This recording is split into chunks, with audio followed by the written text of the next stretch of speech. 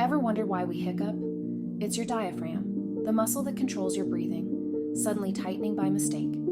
That quick contraction forces air to rush into your lungs, slamming your vocal cords shut and creating that funny hic sound. It can happen when you eat too fast, drink something fizzy, or even get too excited.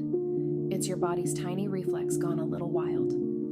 Curious about more everyday mysteries? Hit like, tap subscribe, and explore the hidden whys of the world with Be Leave It or Why.